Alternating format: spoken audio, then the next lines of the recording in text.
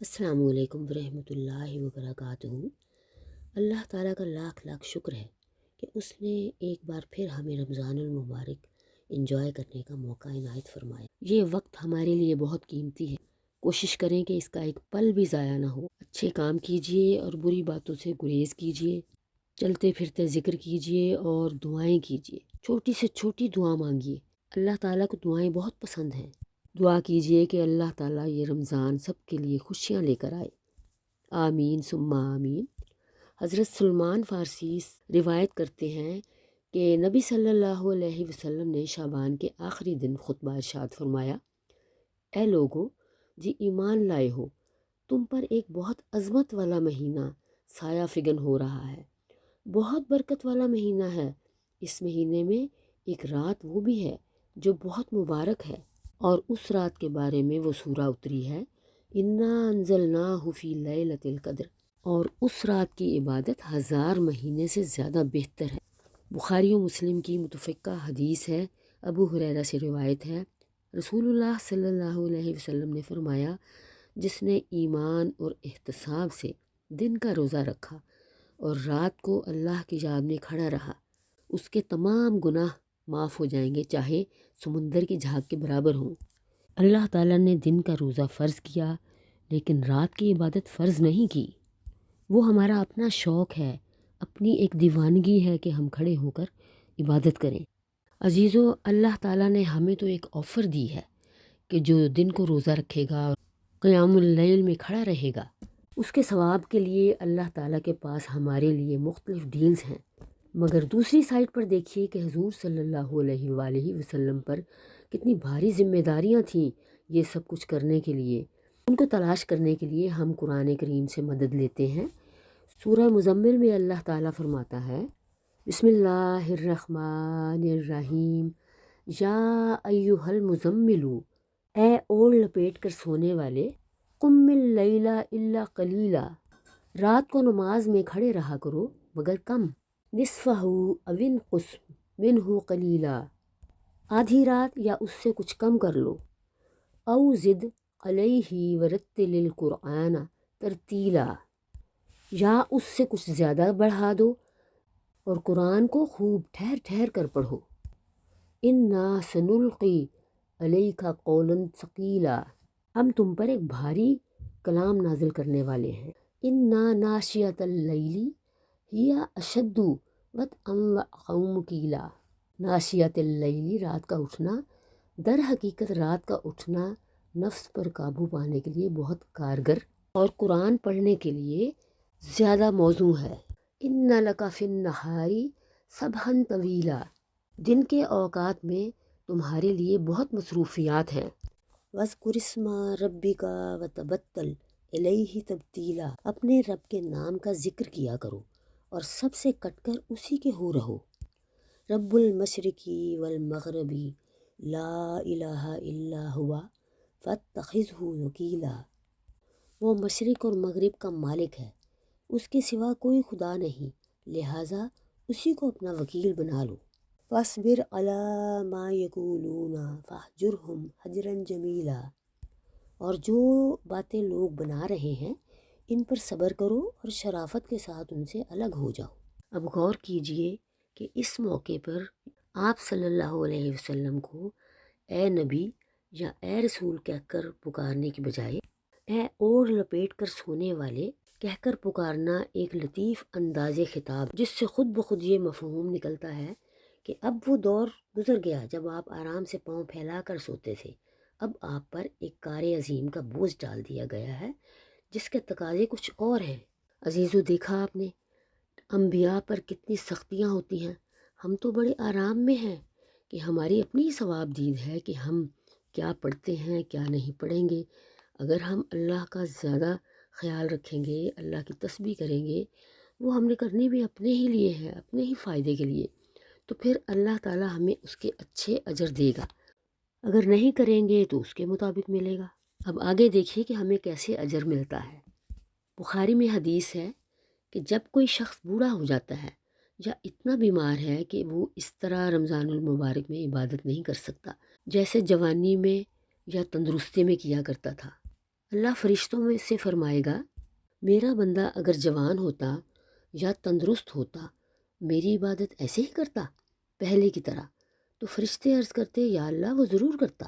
تو اللہ تعالیٰ خوش ہو کر فرماتا ہے کہ اس کے اعمال نامے میں ویسا ہی ثواب لکھ دو جیسا پہلے لکھتے تھے ان دنوں کی عبادت کے مطابق۔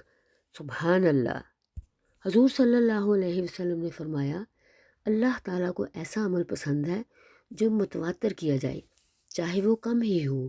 تو پیاری بہنوں، ماؤں اور بچیوں، آج کل بہت مصروفیت کا زمانہ ہے، آپ بھی اپنے پروگرام کو اس طرح مینج کیجئے کہ روزے بھی رکھے جا سکیں اور قرآن بھی پڑھا جا سکے۔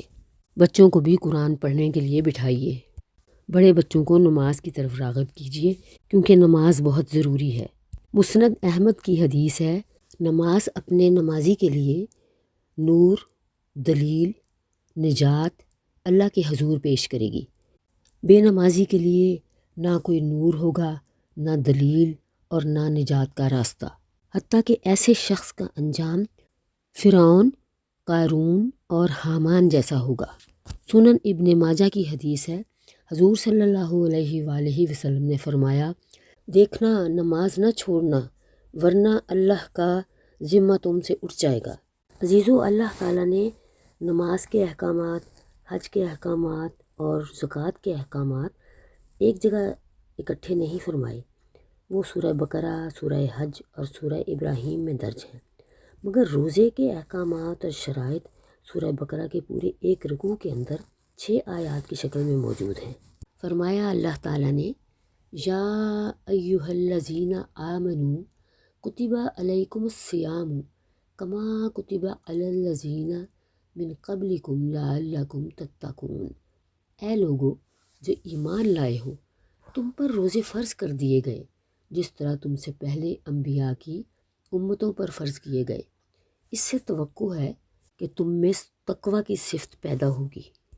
ایام معدودات، چند مقرر دنوں کے روزے ہیں۔ فمن کان منکم مریضا او علی سفر، اگر تم میں سے کوئی بیمار ہو یا سفر پر ہو، فعدۃ من ایام اخر، تو دوسرے دنوں میں اتنی ہی تعداد پوری کر لے۔ وعلی الذین یطیقونہ فدیۃ طعام مسکین، اور جو لوگ روزہ رکھنے کی قدرت رکھتے ہوں پھر نہ رکھیں تو وہ فدیہ دیں، ایک روزے کا فدیہ ایک مسکین کو کھانا کھلانا ہے۔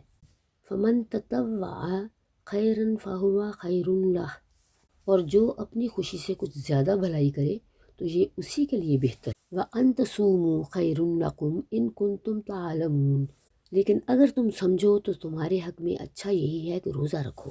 اب دیکھیے اللہ تعالیٰ نے کتنا سلیس اور اچھا سمجھا دیا ہے کہ اور کچھ پوچھنے کی ضرورت ہی نہیں پڑتی۔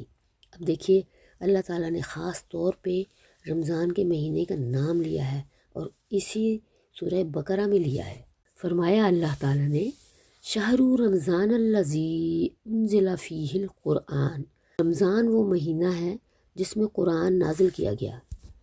ہدی للناس وبینات من الہدی والفرقان، جو انسانوں کے لیے سراسر ہدایت ہے اور ایسے واضح تعلیمات پر مشتمل ہے جو راہ راست دکھانے والی اور حق و باطل کا فرق کھول کر رکھ دینے والی ہیں۔ فمن شہد منکم الشہر فلیصمہ، لہٰذا اب سے جو شخص اس مہینے کو پائے اس کو لازم ہے کہ اس پورے مہینے کے روزے رکھے۔ فمن کان مریضا او علی سفر فعدۃ من ایام اخر، اور جو کوئی مریض ہو یا سفر پر ہو تو وہ دوسرے دنوں میں روزوں کی تعداد پوری کر لے۔ یرید اللہ بکم الیسر، اللہ تمہارے ساتھ نرمی کرنا چاہتا ہے۔ یرید بکم العسر، سختی کرنا نہیں چاہتا۔ ولتکملوا العدۃ، اس لیے یہ طریقہ تمہیں بتایا جا رہا ہے تاکہ تم روزوں کی تعداد پوری کر سکو۔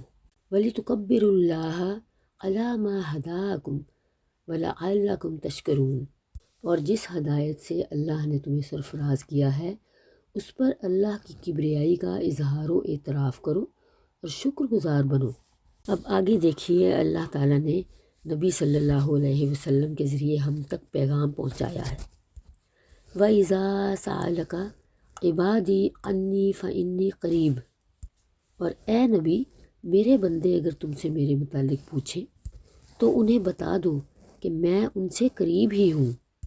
اجیب دعوت الداعی اذا دعانی، پکارنے والا جب مجھے پکارتا ہے میں اس کی پکار سنتا ہوں اور جواب دیتا ہوں۔ فَلْيَسْتَجِیبُوا لِی وَیُؤْمِنُوا بِی لَعَلَّہُمْ یرشدون، لہٰذا انہیں چاہیے کہ میری دعوت پر لبیک کہیں اور مجھ پر ایمان لائیں۔ یہ بات تم انہیں سنا دو، شاید کہ وہ راہ راست پالیں۔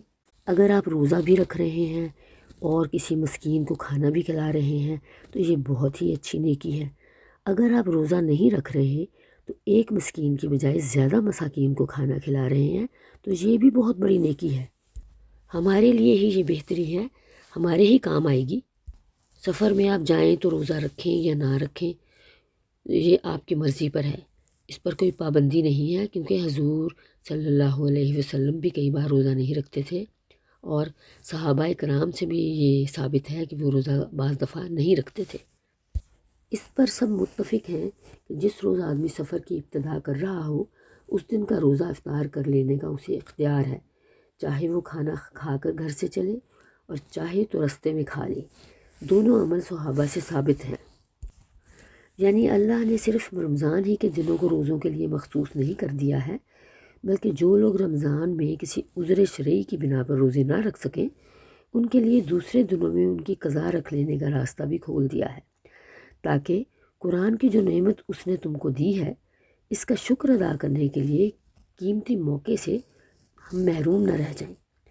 جہاں یہ بات بھی سمجھ لینی چاہیے کہ رمضان کے روزوں کی صرف عبادت اور صرف تقویٰ کی تربیت ہی نہیں قرار دیا گیا، بلکہ انہیں اس عظیم الشان نعمت ہدایت پر اللہ تعالیٰ کا شکریہ بھی ٹھہرایا گیا ہے جو قرآن کی شکل میں اس نے ہمیں عطا فرمائی ہے۔ حقیقت یہ ہے کہ ایک دانش مند انسان کے لیے کسی نعمت کی شکر گزاری اور کسی احسان کے اعتراف کی بہترین صورت اگر ہو سکتی ہے تو وہ صرف یہی ہے کہ وہ اپنے آپ کو اس مقصد کی تکمیل کے لیے زیادہ سے زیادہ تیار کرے جس کے لیے عطا کرنے والے نے وہ نعمت عطا کی ہو۔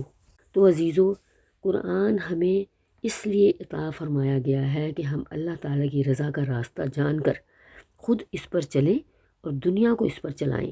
اس مقصد کے لیے ہم کو تیار کرنے کا بہترین ذریعہ روزہ ہے۔ لہٰذا نزول قرآن کے مہینے میں ہماری روزہ داری صرف عبادت ہی نہیں ہے اور صرف اخلاقی تربیت بھی نہیں ہے، بلکہ اس کے ساتھ خود اس نعمت قرآن کی بھی صحیح اور موزوں شکر گزاری ہے۔ اور پھر اللہ تعالیٰ نے ہمارے لیے حضور کے ہاتھ پیغام بھیجا ہے۔